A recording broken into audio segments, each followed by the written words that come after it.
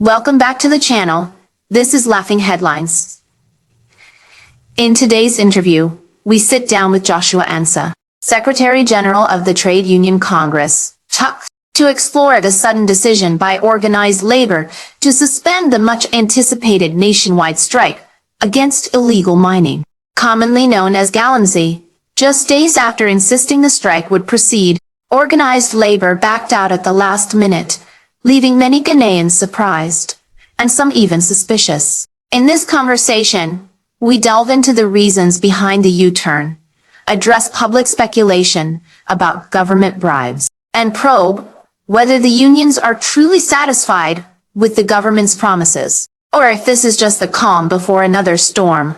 Laughing Headliners, let's get into it right away.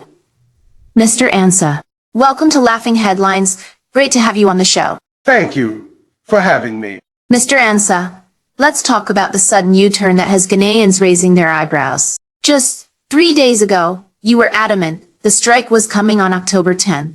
Now, out of nowhere, it's been called off. Should we be looking out for hidden plot twists every time Organized Labour makes a declaration? I understand why people are surprised, but the situation changed rapidly. The government came to the table with significant concessions we didn't have before. The decision to suspend the strike was based on those developments. Significant concessions.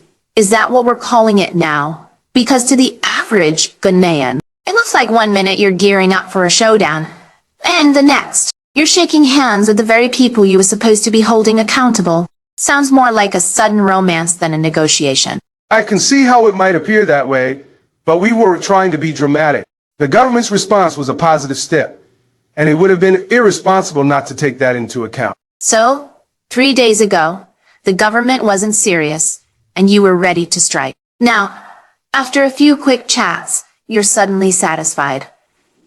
Ghanaians can't help but think, what changed? And no, significant concessions just isn't cutting it. I think it's important to note that the government agreed to several of our key demands, including the revocation of regulations that allowed mining in forest reserves and the deployment of security forces to crack down on illegal mining. These are concrete steps. Concrete steps or just some filler promises to make you call off the strike? Ghanaians are wondering if this is just another case of smoke and mirrors. Are you really confident these actions will stick? Or are we just waiting for the next oops, we forgot to follow through moment? We're cautiously optimistic. That's why we'll be monitoring the implementation closely. If they don't follow through, we'll go right back to demanding action. This isn't the end of the road. Cautiously optimistic? That sounds like code for, we're not entirely sure, but let's see how it goes. Ghanaians are skeptical, Mr. Ansah, and can you blame them? 1 minute it's strike no matter what, and the next, it's, we'll see. Feels like everyone's left hanging, wondering who's actually calling the shots. I hear the concerns, and we're not oblivious to them. Our job now is to ensure that the government follows through on their promises. If not, Ghanaians will see that we're prepared to act again.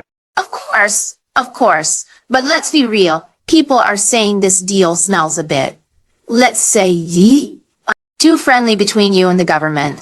Any chance that enhanced measure is just code for, we made it worth their while? I understand where the skepticism comes from, but no one was bribed.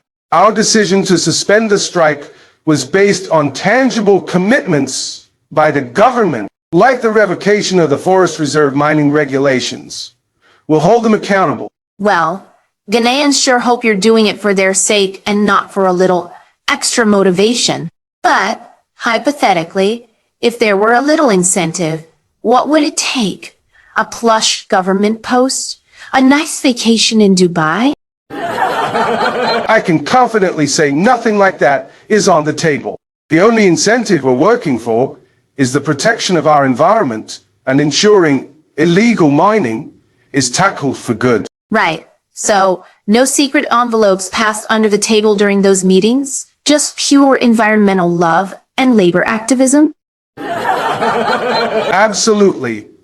The meetings were transparent.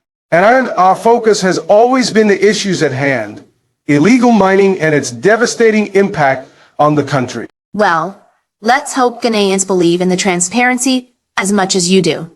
Because right now, they're feeling like maybe a little grease was added to the wheels of this sudden cooperation. You sure there's nothing you want to confess before we go off there? There's nothing to confess.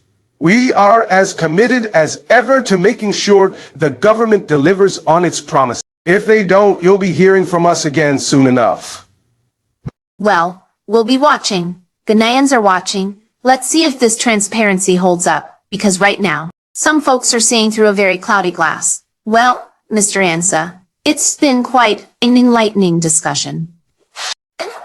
Ghanaians are definitely paying close attention to how this will unfold, and whether organized labor's faith in the government will pay off, or if we'll be seeing another strike looming on the horizon. We appreciate your time and your insights. Thank you for having me. We remain committed to our cause, and if the government doesn't deliver, rest assured, we'll be back to hold them accountable. Okay, viewers, soon we have come to the end of today's episode. Thanks for watching. You also share your thoughts in the comments. Please don't forget to subscribe.